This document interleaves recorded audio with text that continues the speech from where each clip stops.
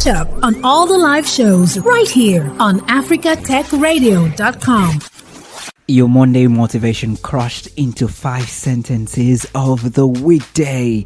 On Monday, go headfirst into the world of the deepest unknowns. Tuesday, remember that fear keeps us stuck and you don't want that, or do you? Do the math. You need to keep moving. On Wednesday, let fear be a choice which you did not choose, cause that is what it is. On Thursday, like Thor, your favorite superhero, remember that with fear comes a chance to be great. And on Friday, well, just say yes in the face of challenges and oppositions, even when you can't seem to find a rationale to do so, for fear is a shadow that needs some light to become bravery. Welcome to Tony's Tech Side. I'm here every weekday from 9 a.m. till midday. We'll learn a tech word, we'll dig deep into the rubbles of history to find precious jewels of knowledge to launch us into the future, and then share the most important and juiciest tech stories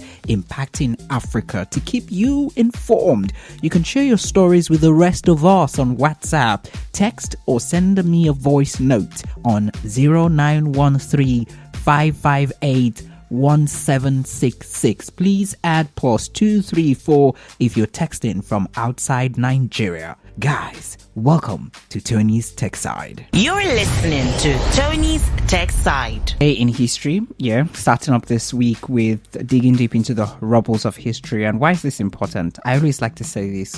Why exactly it's important to go back to see what happened before. It helps us get a clearer view, of what is happening now and what we can make happen in a few years' time. And there's really nothing that we cannot make possible or happen in a few years' time. Why do I say this? Because today, in the year 1962, February 20th, the first American to orbit the Earth, an astronaut called John Glenn, flew aboard Project Mercury's Friendship 7 spacecraft, which circled the globe 3 times in a flight lasting 4 hours, 55 minutes, and 23 seconds before splashing down safely in the Atlantic Ocean, 800 miles southeast of Bermuda. And note that Soviet cosmonaut Yuri Gagarin orbited the Earth on 12th of April 1961. This was almost a year before the Americans finally did it. And also it's really important to note that on this day, Barbadian and American singer-songwriter and actress too, the very popular Rihanna was born in 1988. I was just listening to Dike Chukwumerije. He is a Nigerian poet, and he was just talking about how a lot of the Americans who have an African gene can, be traced back to Nigeria, because the ports in Nigeria, the Badagry, the Calabar, and other ports in Nigeria were points of slave trade exits, ships for the ships. Then when a little people were joking about, Rihanna being named Rihanna 2 or something like that, trying to link her back to Nigeria, it's very possible somewhere along the line we can trace her lineage down to West Africa, maybe even Nigeria. So big ups. And Rihanna just did big. She was really just this past week, like a week ago or so, she was the headline artist in about the biggest event, or the biggest show in the United States of America. And this is just to show you that just how many years before now, her parents or people of the black color or black skin color were not exactly, they were slaves, let's just put it that way. They were brought in as slaves, and for her to rise to the point where she is the headline artist of the biggest thing to happen in the United States of America in 2023, not just a black skin person, but a black skin lady. So information is important. Information rules the world at every point in time. Whoever has superior information kind of has the edge. So let's all try to take on as much information as we can. Look out for the right information. Use that information. If you have a lot of information and you can't put it to use, then it's really, it's really not useful, right? Just hand it over to someone who can make good use of it. And also, as you're using information, get getting more information, let's also think around humanizing whatever plans we have and whatever thoughts we have around the information and how we want to implement it. Shy Ronnie and Clyde, Rihanna. This is about knowledge too. Knowledge is power. At Africa Tech Radio, We believe that information is at the heart of development. get it. Get informed. Africa Tech Radio. Okay, so let's get straight into the tech word for today. So today we're going to look at two words. Yes, not tech word, but tech words. AM and PM. So time gave me a lot of issues when I was in nursery and primary school. It was difficult navigating the world of timing.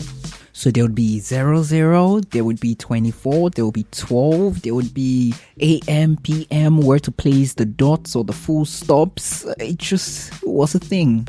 Okay, let's help you make brain and sense of everything. AM and PM, these are two 12-hour periods of the day. The 12-hour system divides the 24 hours that we have in a day into two periods lasting 12 hours each. The first 12-hour period is AM, that's what it's called. It runs from midnight to noon. The second period, marked PM, covers the 12 hours from noon up until midnight again. These abbreviations, AM and PM, are Latin. Ante meridiem with an M. That's ante, before, meridiem, noon, before noon, AM. So anything before noon is AM. And post meridiem, after noon, post, after. So anything after noon is PM. Using numbers 1 to 12 followed by AM or PM, the 12-hour clock system identifies all 24 hours of the day. For example, 5 a.m. is early in the morning and 5 p.m. is late in the afternoon, like afternoon, PM.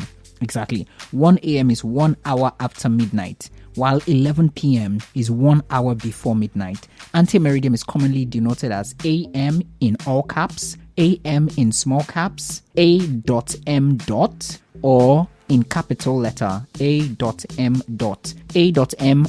in small letter and same in capital letter, while post meridium is usually abbreviated by the same thing, the same example, capital letter PM without any spaces or capital letter P.M. Or if you're using a small letter, you're using PM together, or you're using P.M. Yeah, exactly. So let's move on to midnight and noon. AM or PM. People usually have issues with this. Now, the main weakness of the 12-hour system is a widespread confusion about which abbreviation should be used for noon and for midday. So do you say it's 12 p.m. as midday or 12 a.m. as midnight? Well, neither can logically be identified as before noon or after noon, AM or PM. For example, the moment of midnight occurs precisely 12 hours after noon on the previous day and 12 hours before noon on the following day. However, most digital clocks and most sources set midnight as 12 a.m. and midday, that's noon, at 12 p.m. Although the precise moment of noon falls not in any of these categories, yeah? The hour succeeding from 12:00:01 to 12:59:59 is clearly after noon. To avoid any confusion when referring to the precise moment of noon or midnight, we will just say use the designation 12 noon and 12 midnight instead. Yeah. Also, a 24-hour clock sometimes referred to as military time. That's why you hear all these 000, blah, blah, blah, yeah? Now, this states the time according to the number of hours that have passed since midnight. That's how it's usually done. So starting at midnight, how many hours have passed starting from midnight, since midnight? Hours are numbered from 0 to 24, removing the need for, things like AM and PM. So when you do the 2300, you don't do AM or PM because it does not just apply, right? For example, you can say 2300 or 2300. That's 23 hours have passed since the beginning of this day, the current day. So where do we start from again? Midnight, right? So midnight, we're doing 1, 2, 3, 4, 5, 6, 7, 8, 9, 10, right? 10:00 or 10:100. So it means we're saying 10 hours have passed since the beginning of the day, starting at midnight. I hope you understand this. You do? Beautiful. Now, why does the day even have 24 hours? This is the most interesting part. It goes back to when the Egyptians, who are thought to be responsible for dividing the day into 24 equal parts, started this trend. So one account of the story suggests that this custom evolved because the Egyptians commonly used the base 12, counting the 3 joints in their fingers without including the thumb. Yeah, so it all started with the Egyptians, and it all started here on the continent. There's some countries who do 12 hours while some do 24 hours. I hope you learned a tech word today. Thank you. Well, that's exactly what I will be telling IG and Facebook and Meta General as a company, the owner, Mark Zuckerberg. Don't do that. Everyone knows that Elon Musk is the one that everyone feels, oh, something's going to happen, something new is going to happen. But I think Mark is beginning to get into the limelight too. Maybe enjoying it. I don't know. Because last week, it was a private message he sent to all those who were following him. All those who had their notifications switched on, saying, oh, we're launching this new feature. Why not just Meta announce it? You don't have to be Elon Musk. But hold on. Before we even get to that, Bolt, in the midst of the trials going on in the tech industry with layoffs globally, Bolt is expanding in Africa. Now, Bolt announced that it will be investing 500 million euros in its operations on the continent over the next 2 years. And what will these funds be used for? The funds will be used to expand its services in Africa and create opportunities for over 300,000 new drivers and couriers to join the Bolt platform in 2023. Aside this, Bolt is also hiring about 10 positions, country manager and country operations manager and things like that. Nairobi, Johannesburg, Lagos, Tunis, and I think a couple other cities too. It's good that at least someone is hiring in the wave of non-hiring happening. And have you actually come to think about it? These layoffs might just be the major setup that these big tech companies are. I would just say it's a setup basically. It might come back to haunt them or bite them later on. But these set of people that are being laid off might just be the new tech unicorns of the future or the nearest future that would come from behind and steal the show. But who am I? Man, this is just Tony's tech side. Okay, also, private security group Fidelity ADT have revealed that a new trend is emerging in South Africa where criminals are targeting solar panels. Now, this comes as more homeowners are purchasing alternative power supplies, and a report I saw just in January showed that South African households imported over 5 billion rands worth of home solar equipment in 2022, as many of them were seeking ways and looking for how to get away from Eskom and also prolonged levels of load shedding. It's a big issue in South Africa. Now to what I was advising. IG, Instagram, and Facebook FB users will now be able to pay for blue tick verification. That's what the parent company Meta revealed. Now, Meta Verified, as it's called, will cost $11.99. That's $12 a month on the web. And for iPhone users, it will cost $14.99. That's $15. And it will be available in Australia and New Zealand this week. According to the CEO of Meta, Mark Zuckerberg, this will improve security and authenticity on the social media apps. Now, Meta's paid subscription service is not yet available for businesses, but any individual can pay for verification. Recall that Elon Musk, the owner of Twitter, implemented the premium Twitter Blue subscription in November 2022. You may think that Mark will win this popularity race that I think they're on now, but no.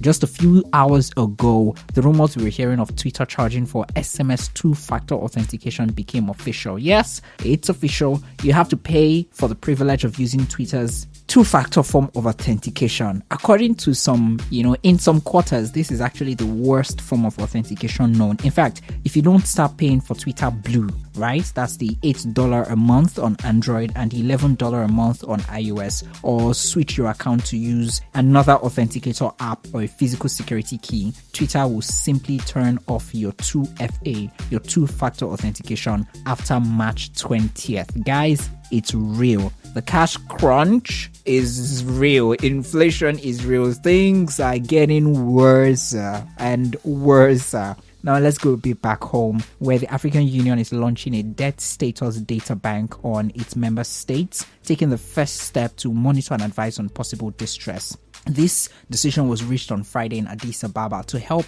member states in Africa improve on their fiscal governance. Now, what is this supposed to be? It's going to be a debt observatory to enable the AU and African states monitor their debt situations at every point in time. Now, the AU intends to have real-time data with respect to debt management around the countries of Africa. So, if your country is getting very close to where the AU sees that guy is doing pound, like it's, yeah, exactly. Red alert, guys, red alert. Yeah, they'll just alert the government and let you know that, guys, your debt is hitting the roofs and is going overboard. Exactly. Now, this is the last story I'll be sharing. I think it's important. I think it's really, really good that African countries, start to plan a life outside debt. We cannot continue like this. It's just not possible. Let's come back home to the things that concern us. Let's come back home to the kind of technology and innovation that made us rule the world and lead the world in almost all respects of life before now. Thank you for staying on Tony's Tech Side up until now. Tony's Tech Side returns tomorrow, every weekday, like I always say, 9 a.m. GMT +1, 9 a.m. West African time. This is Tony's Tech Side, where you get everything you can get concerning technology impacting Africa. Yes, this is me coming home, driving the point home. Don't go anywhere. Stay on Africa Tech Radio. Thanks for listening, and don't forget to catch up on all the live shows right here on africatechradio.com.